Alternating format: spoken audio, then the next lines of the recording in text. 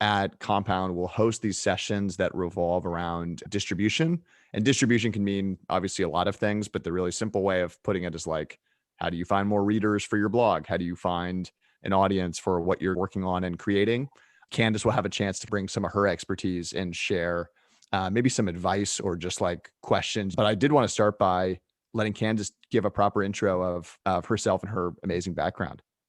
Yes. Hello, everyone. I am the current director of audience development and social media for the Daily Beast. The Daily Beast is a website that focuses on breaking news, politics, entertainment, and culture. Prior to that, I was at the Daily Mail as the audience development editor.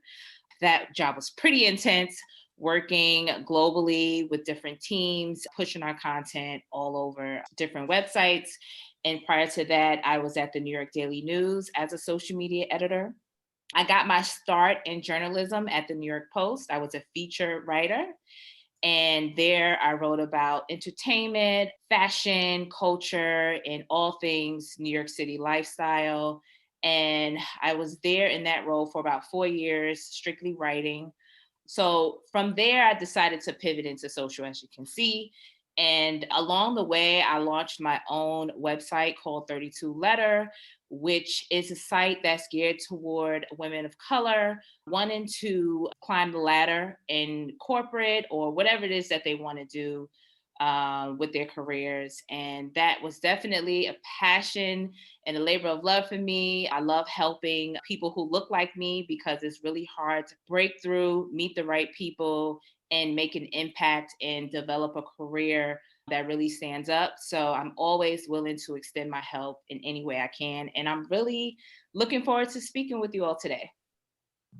It is truly an honor to have you. And actually, we've got enough folks here to where I think what we'll do is maybe everyone will have a couple of minutes to just share what you're working on, what you're writing about, what your challenges are with distribution.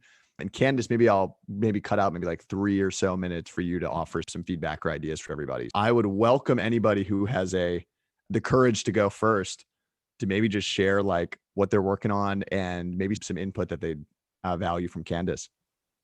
And you're welcome to just unmute and go. Otherwise, I have a backlog of questions that I'm selfishly going to ask about Compound, but my plan is to go last. All right, drum roll. Whoever unmutes first. Okay, I'll go first. It's awesome. Fine. Cool. Do it. Thank you, sir. Yeah, I guess I'll break the ice. I write about, or I have been writing about internet communities lately. My kind of target audience it's unclear to me. Like I don't exactly have a specific audience I'm going for. My mindset is, I'm looking to distribute to people who are interested in learning more about internet communities and maybe involved with internet communities or spend a lot of time on internet communities. And so, yeah, right now, basically, I've only been distributing through Twitter and through my newsletter or my email list. And I have in the past posted some on like Hacker News or other kind of forums that I feel are relevant. But yeah, that's my overall thing. And of course, like I'm sure everybody else, I'd like to get a greater distribution. So yeah, I don't know if you're looking for more information, but yeah, that's a overall summary of my writing. And yeah.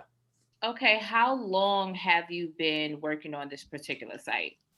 So I've been writing on and off for a couple of years, so at least over 2 years, but just in the past kind of 6 months have I been writing significantly more, at least twice a month now, trying to increase that as well. So yeah, still fairly new. Mm-hmm. I would say you definitely want to find the communities that are already flourishing and you want to actually become a part of that community. One place I would start with internet communities, I would definitely start with Reddit. Mm-hmm. Reddit is, we should all be aware of what Reddit is, but it's really a powerful tool. You can get a lot of traffic. You will get people coming to your website for years trying to find the information that you're sharing. Twitter is definitely super useful, and maybe think about sharing your content with a larger publication. Mm-hmm. So the Daily Beast, we work with a ton of different startups that may be focused on a particular beat. And we'll do like a partnership with them, and basically we'll offer them backlinks to their website, and we share different social content with each other. And that's definitely a way to get your feet out there and build your audience. Another way is probably, have you thought of doing a Facebook group? Facebook groups are huge. There are so many Facebook groups, and the algorithm is really good at boosting content into the feed. So if people are interested and they're searching for that content, your group may resurface. But definitely don't get into the box of just focusing on your writing. You definitely need to add a community element to it. So you want to figure out ways to meet people and not just throw your content out there. And I feel like Twitter is definitely a way to fall into a pit of, I tweeted my story, I can go about my day. And if you're posting only twice a month, you may need to ramp that up a little bit more. Even if you're just doing a little blurb and you're doing it maybe every day, or maybe 3 graphs about what's trending or what people are talking about in that community, your take on it, I think that will definitely help, because you need more visibility. There are tons of publications and creators online, and you have to be present to stand out. So I hope that helps. Yeah, thank you. Amazing. Yeah, that's what I'm talking about. And Ian, thanks for all the backstory. That was a great way of framing it, just so we've got context on your goals, topics you write about. That was great background. Thanks. Cool. Now we've had a few more folks join us. I'll be a more attendant timekeeper. Who wants to go next? I think Ian said a good example of the gist of these conversations. You can just unmute if you want to go next.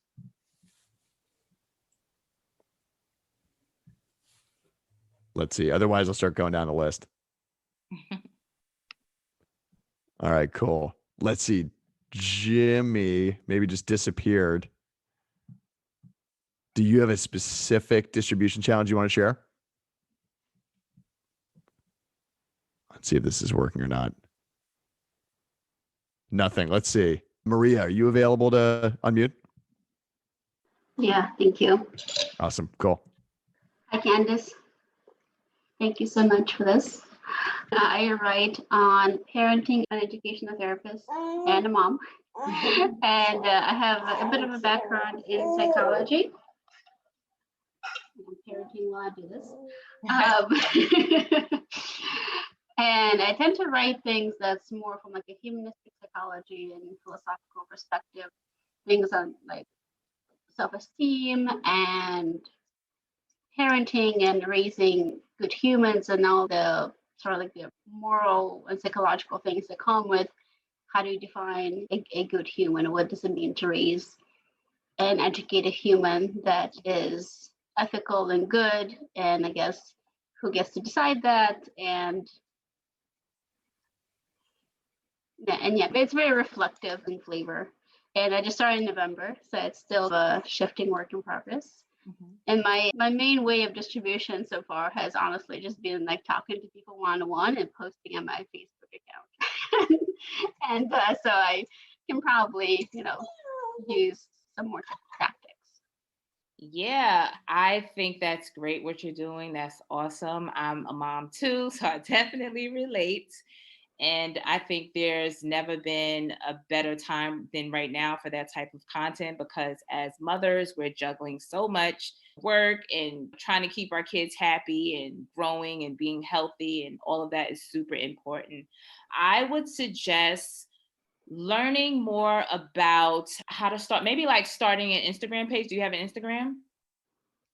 Not really. No. Okay, Instagram is super key, especially for parenting. There's so many different angles to that community, and it's really broad. And I think being a niche parenting writer, you can definitely find your tribe there and deliver the content that they need. And what's more important is having a balance of content. So you want to have content that definitely showcases your journey, but you want to also be beneficial to others by providing them information to help them along their journey.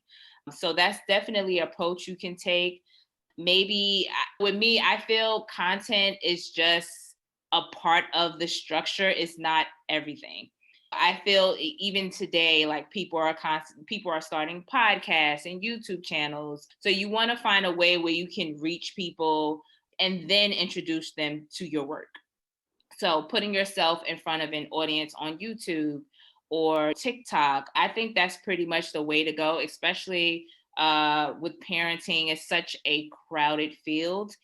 And another way to go, again, is collaboration. I will keep going back to that. You being an expert, you having that psychology background, I can think of 10 websites that would take any piece from you, and they already have that built-in audience that could definitely transfer to your website. Spend time researching different parenting websites, build your top 10, find the list of editors who are running the website, and really try to build a relationship with them and figure out what it is that they need. Also, you want to build a list of competitors and see what's being posted on their websites. And that way you can be in tune with what that growing audience is craving. But yeah, networking and collaboration is definitely key in that realm. I hope that helps. Yes, absolutely. Thank you so much. You're welcome. Beautiful. Your sixth sense was right on. It was literally down to the second on time. Perfect. So I'm going to go down the list here. And I think, Miko, if you have any specific questions, feel free to take the floor. Do you mind if I keep auditing for a little while longer? Oh, yeah. No sweat. Okay, thanks. Cool. No problem at all. Angela, I think you are up next if you want to unmute. Thanks. Hi, Candace. Hello. How you doing? Good, thanks. Yeah, I like what you just said. What is your audience craving? And reach people and introduce them to your work.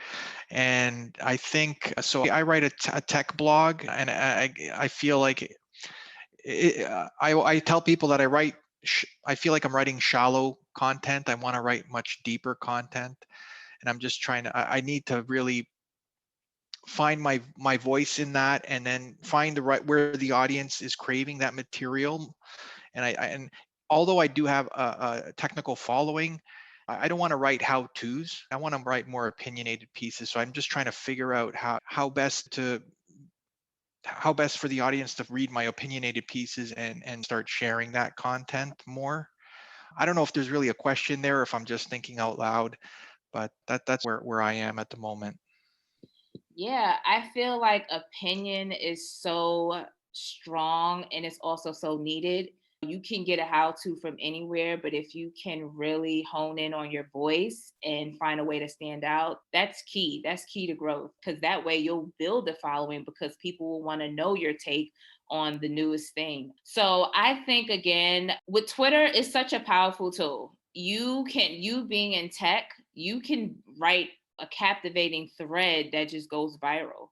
So I definitely think that, again, you don't want to be holding things back for your website. You want to give freely, and then the traffic and the community will come. So for you, I would definitely set a goal to create 2 threads about something that you're doing, either like a behind the scenes something, or maybe when the new article is out and you're writing it, but you're not giving everything away. Threads are just really key. And then with those threads, you can market different things in between. You can market your newsletter, you can market a new YouTube video or whatever it is that you're working on. So definitely leveraging the power of Twitter. You never know who's following you, and it's just huge. It's a huge platform.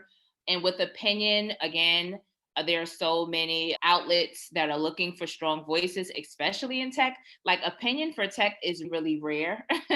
You have your go-tos, but being a standalone writer and having your own opinion and voice, I think that is important and is necessary and is needed. So again, go back and see what types of publications that are covering tech, and maybe pitch an opinion piece and see if they'll take it. You just never know.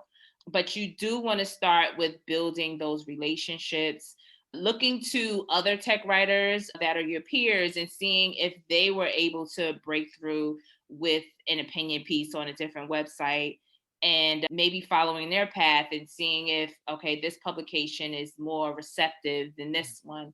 So yeah, I think that's definitely a great start, but definitely utilize Twitter, bust out some threads, and just see how it goes. Thank you, Candace. You're welcome. Yeah, that was a great. I'm stealing this line. Give freely, then the traffic and community will follow. And that's just to echo that, not that you needed it, but that's so been my experience on Twitter with a few threads that got some traction. It's pretty unbelievable what happens when they hit. So I've definitely found that to be true. Cool. So I think going down the list, we have Lizzie. I don't know if you're still on, but you are up next if you wanted to unmute and if you had any specific questions. Otherwise, I'll keep churning through the list. Let's see. I'll come back to Lizzie. Cool. So I think Yishi, you are up and welcome to unmute. Yes. Hi, Candace. Thanks for joining us. Nice to meet you. Hello. So I write about entrepreneurship, investing in the stock market, and general personal growth, just things I'm professionally interested in. I write a lot in like first person, like a personal tone, a little bit of entrepreneurial investing and personal growth advice, in addition to my own reflections. I've been writing for about 3 years. Traffic is slowly starting to pick up, and I'm making a concerted effort joining Compound for One to get better at writing and distribution, engaging with more people on Twitter and whatnot. I post on LinkedIn and Twitter. I get a lot of engagements on LinkedIn, actually. I'll get 200 or 300, that's an exception. One of the more recent posts I did, I got 200 plus likes on LinkedIn. I got maybe 2 likes on Twitter. People engage with my stuff a lot more on LinkedIn for whatever reason. And the last post, the most popular post by far, was a very personal story of how I negotiated the purchase of a brand new car. And sorry, there's a little bit of construction at the apartment, so sorry about that. But anyways, it was like a play-by-play recount of how I negotiated with like multiple dealers to get a good deal on my car. And it's not really what I write about. It's related to business, entrepreneurship, but it's not really like startups or investing in stocks. But most popular post ever, go figure. I'm writing one now about my biggest stock loss ever. It's a very personal story. It was a good therapeutic experience writing it, first person. I think it'll hopefully have the same effect. But I'm very transparent, open in my writing style. Maybe, I don't know if there's people out there that are famous that have that style, but that's my style. I think that's it. I'll pause there. My goal of writing is main target audience are entrepreneurial people. And my goal is to build my brand so that when people out there, they want to start a company, they think of me and refer people to me. So my target audience is entrepreneurial people. Mm-hmm.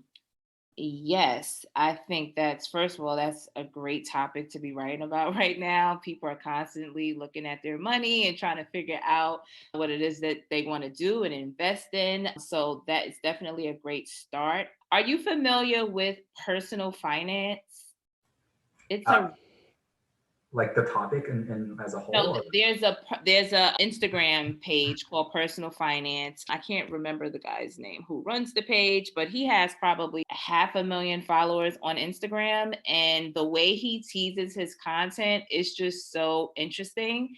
And there are millions of finance articles on the internet, but the way he presents his content is just so useful and you feel connected to it. He presents these scenarios of Katie invests $500 today and Suzanne invests $10,000 today, and they pull it out and it just shows you the path of where the growth could be. So I think you do have to paint a picture for your audience in order for them to fall in love with your story. So the fact that you've written a few articles already about your own personal journey, I think that's great.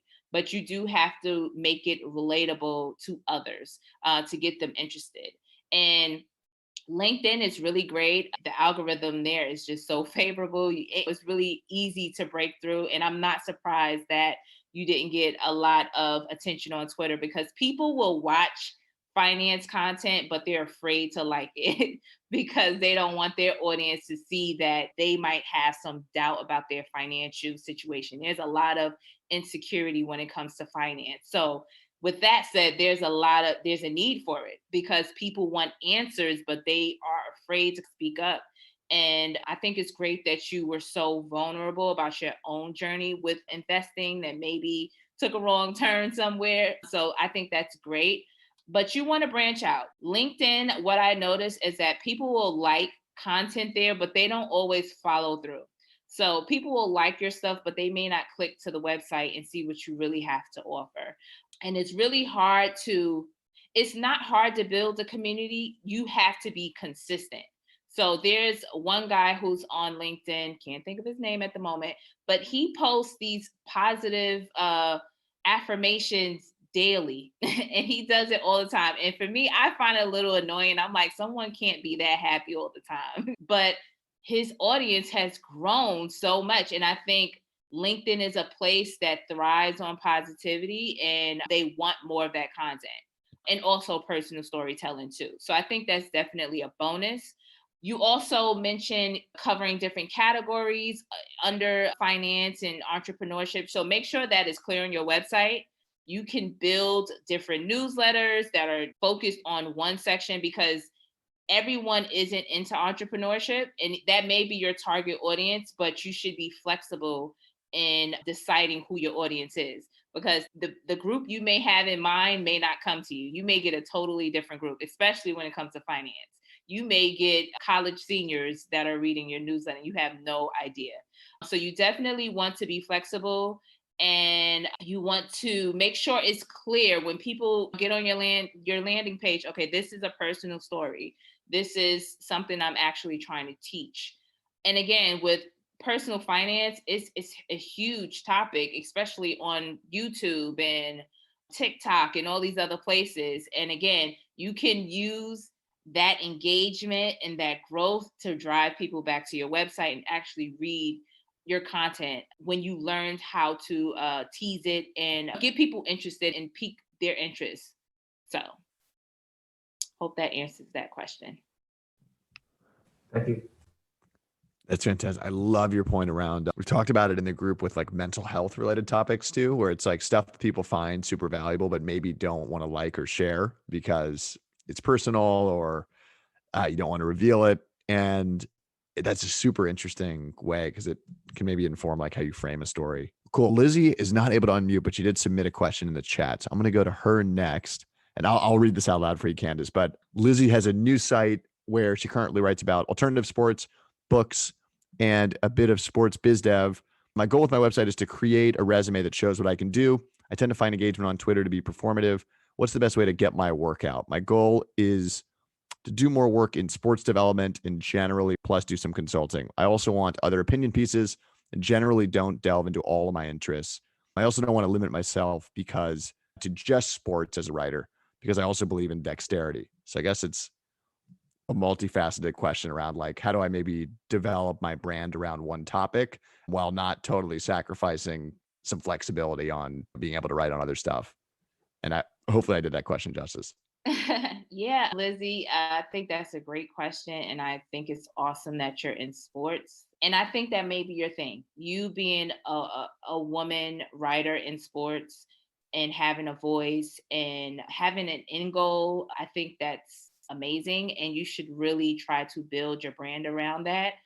There's not a lot of women in sports that have platforms.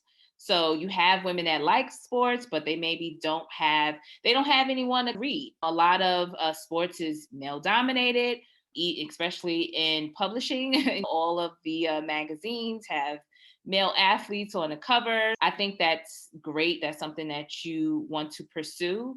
But I think you should separate what it is that you said that you're open to other things. So I think you should definitely focus on keeping those things separate. So you might have a day where you're writing about sports and you're focused on that. And then you'll have a day or in a totally different platform where you're talking about something different. Because I feel like sometimes when you mix content that's just so like different, it loses people and you lose a lot of ground with people and it tends to waste time. So I think sports is definitely a great path, especially right now during the pandemic. There are so many angles to talk about. You can talk about the health implications with COVID, how different teams have been handling it, when things will return, and even locally, you can talk about different teams in your local area, how high school teams or college teams are handling the pandemic, and just really report that stuff out. Because one thing I know with sports, people want facts. They don't want fluff. They want to know the meat of what's happening, and you being an authority on that, I think that can definitely take you far. And as far as other interests, if you have other interests, that's totally okay. If you love music or you love fashion or politics or whatever it is, again, uh, it starts with building your dream list of publications that you want to write for.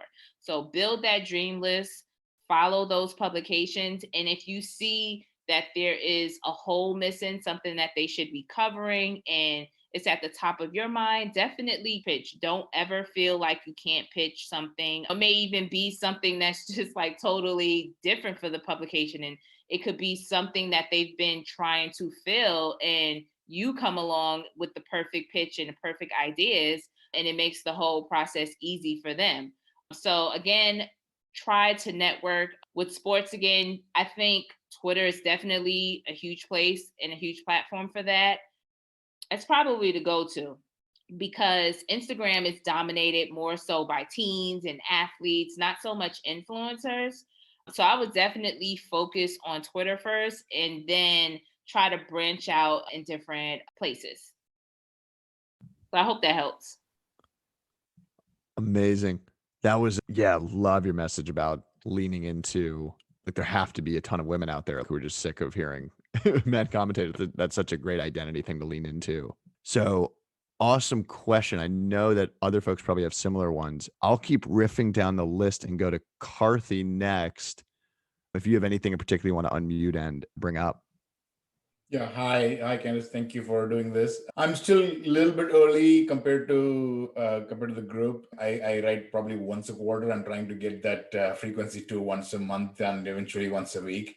I write on what's called as deep tech, which is called regular tech 20 years ago, but I think now we have different forms of tech. What I write is deep tech, which is like fundamental technology, differentiation, and things like that.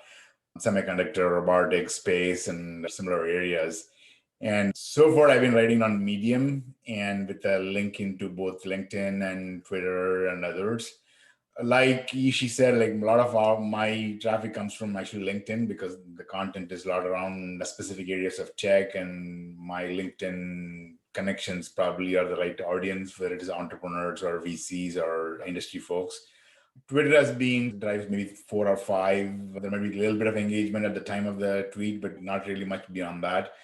So I'm trying to figure out obviously I got to write more, which is one of the reasons I'm in Compound, trying to get more writing done, but interested to understand something that's very close, very deep into tech, targeted more for entrepreneurs, all our technologists, industry folks.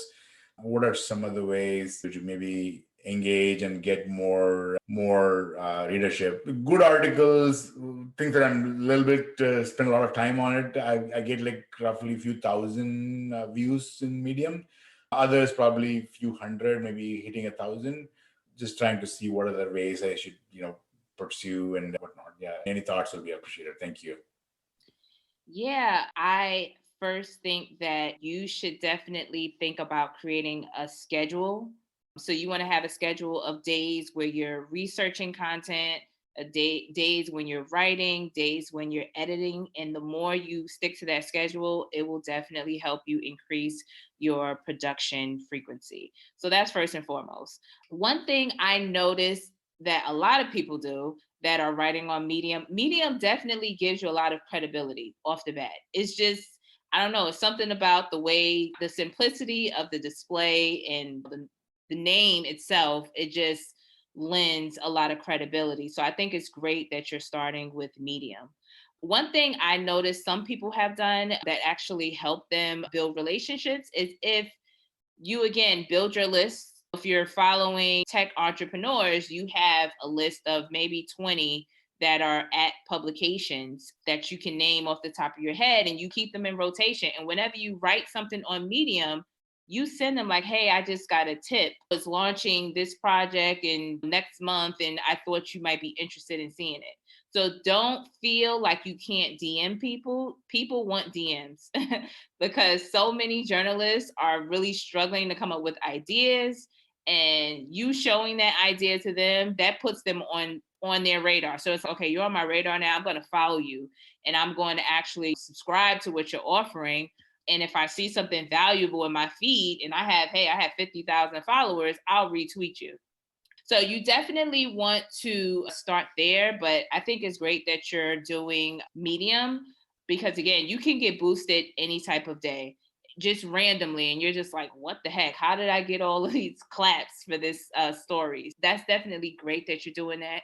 And going back to the schedule, I think the schedule will help you tremendously. It's really a lot to write. Writing is so difficult and it's overwhelming. And I think you got to think of it like exercising. Sometimes I don't want to work out and it's a chore, but it has to get done. And that's how you have to treat your writing. This is a passion that you have committed to. So you have to really follow through, stick to that schedule. And I'm telling you, by the end of this year, you'll probably have 10,000 views because you'll be forced to create. You'll be forced to find that nugget of content that no one knows about, or that tip, or that you're able to report something and build relationships. People want to collaborate and network with people that are actually doing things that they can see. Make sure that is a priority. Yeah. One follow-up question. So there is one magazine called Silicon India, which has maybe, I don't know, 20,000, 50,000 print subscribers and a few 100,000 online subscribers. So they invited me to write an article, which I'm publishing probably in a couple of weeks. How is that as a strategy? If you were to think about TechCrunch or VentureBeat and a few other Wired or whatnot, what is the best way to go after that? Is that a distribution mechanism? And if so, this one came as a pull. They just reached out to me. What is a deliberate way of maybe reaching out to some of these publications to publish some of these articles? Yeah, I think that's great. That's actually the key. That's what you want to do. You want to get featured on different websites so people can look you up and find your site and follow you on social media. I think that's a great first step. The good thing about that is the more you get a chance to write on different publications, that adds to your resume. So if you have a personal website, you can just post that you've been featured here or there or whatever. And that again will give you credibility. And that's the type of space that you're in. You need that notoriety. You need people to know who you are. So I think that's definitely a great first step. And you can take that to the next publication that maybe has 100,000 followers and say, I've written for this publication and they published my piece on this content. And that's definitely a great start. And you can start networking with the editors at your dream publications. Okay, thank you. Amazing. Yina, you are next up on the list. So feel free to unmute and the floor is yours. All right, thanks so much. Sorry I'm late, guys. And thanks so much, Candace, for taking the time. I think there's been a lot of good notes they've already taken. I had two main questions. One is around this idea of quality versus consistency, just as an extension of what you were talking about with just mainly is that I see that there's a lot of information overload right now with just like the sheer amount of content that's out there. And so I see that there's kind of two approaches towards content creation. One is delivering consistent content. But what I find is that there is a potential risk where the idea might not be fleshed out fully, or it might just be like an average piece, but you can be able to deliver it consistently. Versus there's the contrast, which is like a Paul Graham kind of model, where you deliver quality content that is referenced multiple times, just like constantly reshared. But the thing is that what I've seen is that he writes very intermittently, but every piece is a quality piece, and that's what makes him stand out. My question is, when it comes to building your voice, becoming a voice of authority, like a thought leader in your space, what is a better tactic to pursue? Or both ways can build trust with your readers, one through kind of consistent content, one through high quality content, but I see an opportunity cost towards both. So wanted to see what would you recommend as like a target, as a strategic initiative? I think that really depends on what you're writing and your style. So if you're more informative and how to, then you can get away with, not posting that frequently or doing like a long series that'll just carry you throughout the year. You can get away with that. But if you're doing an analysis on, again, going back to sports, you can't be so infrequent. So I think that you have to figure out what your path is, or what do you write about? That's actually probably, I'm currently writing about productivity. The whole idea is I wanted to build this. My husband and I are building out a smart digital planner as a potential product. And we're using potentially my audience as a way to alert them as a kind of transition onto the product as beta testers. So my focus is on productivity, kind of growth, goal setting, which can be, I think, pretty relatable as a psychographic demo. But again, I just think that for me to deliver consistently with value, I do find a struggle there. Yeah. Yeah, I think as a writer, I've been there and you feel like this isn't valuable, but then one day you'll get an email saying this piece changed my life. So I don't think that we can go into it with that mindset of thinking that what we're producing, just because it's at a certain rate, is not quality. Again, some things are only for a moment. You can write something about something that happened this month. It may not be relevant in November, but it touched people in January. So I don't think that you should count that out. And with productivity, I think that's evergreen. Everyone's going to always need that type of content, that motivation, and just getting them organized and getting them going. I think that's great. And I think you can just balance it out. Because for me, I don't see myself going back to the same website over and over again for content that feels stale and dated. You want to keep things fresh. You want to find a way to make it feel like it's for now, it's for today. So if you're writing about productivity, you want to start with, okay, this is the new year. What are you starting with? What do you need help with? What should you be focused on? Yeah, there's content that works for any season, any time. But readers want to feel like, okay, this person actually took the time to write something that's tailored for me. And it makes me feel great that they had me in mind and my needs and my struggles for this period of time. So I think, again, it's a balance, but I don't think you should just say, oh, quality versus consistency. Quality is doing well for this person, because you don't know what that person had to go through to get those numbers, or even if they're being honest about their numbers. Again, find your audience will tell you. If you're building an audience on Instagram, the likes will tell you if they like the content. The shares will tell you if they like the content. And then you'll produce more of the content that they like. Same thing with writing articles. The more email responses you get, or comments, or DMs, or whatever, you'll realize, okay, this is the path I should be taking. This is how I should operate. This is how I should run this platform. Yeah. Got it. Thanks. I had one more question. I just didn't know, Stu, if I have enough Please, time. yeah. Or if I could... No, you're welcome. Oh, cool. Okay. The second question I had is, I think this might be a little bit more unique towards my content specifically, is before this, I've always been really interested in like space exploration, and I used to do contract consulting for SpaceX. So I've always been writing a lot about space, like astrophysics concepts and stuff like that. So I've built an Instagram following with about 5,000 followers there, but it's now become very, like, the social media aspect of it is like depleting me a lot. So with this new productivity shift, I've been moving more towards like long form articles just on my own website. So I wanted to ask a question about, are there any distribution alternatives to social media?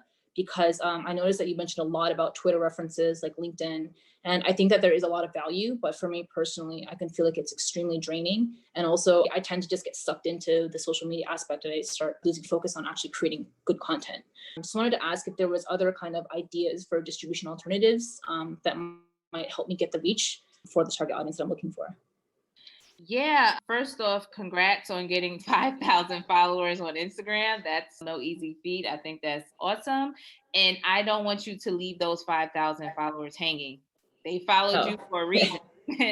I know it's tough, it's difficult. You don't have to be on every platform. You don't have to be on Facebook, Twitter. You don't have to do it all. But if you do have a following that is engaged and following you for this particular content, that's gold. So unfortunately for me, I would keep Instagram in play. You already have the audience there. And again, those same people, they're going to be looking for you. If you just all of a sudden stop posting, they're going to be trying to find you all over the internet. But as far as other channels, again, Medium is a great way to get your name out there. It's really hard to say any others because people are kind of like, I guess, gravitating away from writing in a sense. It's really hard to reach people with writing unless you are already a household name. And I know that sounds bad, but I'm just being honest. I'm being really No, I appreciate that. I think that's going to be also is an area that I would need to work through personally, is because of context switching, because it's so space and STEM oriented for the Instagram content versus the productivity, which is like a little bit more evergreen and like a little bit more applicable to most people. I'm definitely struggling with, I've been thinking about how to merge it onto my Instagram account, but that also is just been a huge mental block for me as well. I just need a lot of help. I don't know where to go. Yeah. I think what you need first is, do you have like a content calendar for your space Instagram? Yeah. Okay. So whatever you're doing, reduce it. A lot of the posts that we put on the feed, it's not reaching a lot of people, so it's pointless. I don't know if you're interested in like Instagram Reels or IGTV or going live. That's probably a better way to reach your audience with less effort.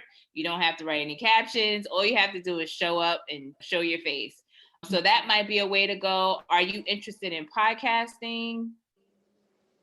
I'm not opposed. I'm definitely not comfortable showing my face. Actually, all of my content until very recently was just images of space. So, oh wow, I have 5,000 followers. Okay, that's great. Yeah, I would suggest podcasting is really easy to get into, and it's really easy to grow on podcasts. You just have to, again, be consistent with it and just let your audience know what you're capable of. We all get burnt out. Some of us, we have our sites and we're operating them like we're a full-fledged newsroom, and it's just not feasible for where we want to be, and you're going to burn out. So I think just letting your audience know, hey, I will be posting on Mondays at 5 p.m. and then I will see you next week. Or just being transparent and showing up. When you say you're going to show up, actually show up. But I think posting your face every now and then, I think that'll be good. You know, that'll actually, I'm saying this because I've seen with us at the Daily Beast, our account grew 60% over the last year. And that's just with us doing more lives and more reels and just really going with the path of social media and where it's headed. So I think don't focus so much about the writing, because you already have that set of evergreen content. People will find you, but you want to keep growing your audience, and you have to be where they are in order to grow. Okay, thank you so much. That's a lot. Yeah, gave me a lot to think about. So I really appreciate that. This was really helpful. Thank you. Mm-hmm. And I want to make sure, I think I've gotten everybody on the list, but if I missed you, you're welcome to unmute. Candace, if you don't mind, I was going to lob a super quick one that I had a question that I hope is applicable for everybody else on the call. But with Compound, something we've been doing is we host a lot of interviews with successful writers. And typically we post it to our YouTube channel. We have a podcast version that we'll post some of them to. And we write a summary blog post that just is like the few key takeaways from this interview with like quotes from the guest. And I guess like the one thing that I feel like we haven't leveraged is our Twitter account. And one reason I feel like I've been almost like averse to posting on it is because I feel like posting links doesn't convert, but no one actually clicks on the damn link. But I wonder if I'm just not thinking about this, you know, in the right way. If there is a kind of a smarter way to distribute content that you're going to ultimately take people off platform to view. So maybe that's my question, is like, how do you leverage Twitter in a way that kind of gets people off the platform? Or is maybe Twitter just not the right place to share that stuff? That's a great question. I feel like everyone in the world is trying to figure that out. You have to figure out what your goals are. Is your goal to get traffic? And if that's your goal, then why? Traffic to me is just a plastic trophy. You can grow your base in so many other ways. I feel like just relying on those clicks, yeah, it's a mood booster, it feels good. People are clicking on your website, but are people really joining the program? Are they becoming a member of the community? And if they do, are they sticking around? People will click your website all day and then go on to the next one. So I think just understanding your goal and, you know, your why for doing all of this, it will definitely show, do I really need Twitter? Twitter is a great tool to build community. So for me, I would be focused on having more Twitter lives. So you can have a live discussion with an expert, maybe do that every Tuesday, Then you can have a live chat. To me, those numbers, those engagement numbers are more important and more valuable than clicks. Because again, if you suddenly disappear off Twitter and you've built a community, they're going to find you. So I think you should focus on building that community. And there are so many writers. I think the name of this community is so inviting and welcoming, and it makes it feels like a safe space for writers at different levels. So I think that's what I would be focused on, building the community, building that audience. And the clicks is it's a cherry on top. Beautifully said. Yeah, that totally just rocked my world. There's so many creative ways to drive the outcome that we're looking for, which is attracting great writers as members, clicking on a link to some content, joining an email newsletter. It's almost like a convoluted way. I'd be willing to bet there's much cleaner ways given our goals. So yeah, the vanity metric temptations is so real. Candace, I want to thank you. And again, if I missed anybody, let me know. But Candace, I just want to thank you again for making the time to join us. This was just fantastic. Yes, I appreciate this so much. It was great to speak with everyone today. And if you have any questions after this, feel free to hit me up. Stu, I guess you can send out my information. Yeah, I was about to say, I can share email. Is Twitter better? You can tell me what's best to find you. I am at Candace Amos all across social. I'm on Twitter. I'm on Instagram. And you can email me. My email at the Daily Beast is candace.amos. That's AMOS at thedailybeast.com. And we can chat. We can take this offline. Awesome. Amazing. Thanks everyone for joining. And again, Candace, just appreciate your time and all your hard-won wisdom. This was so helpful. Yes. Amazing. See you and thanks again. Okay. Bye. Thank you. Yep. Thank Bye. you. Bye.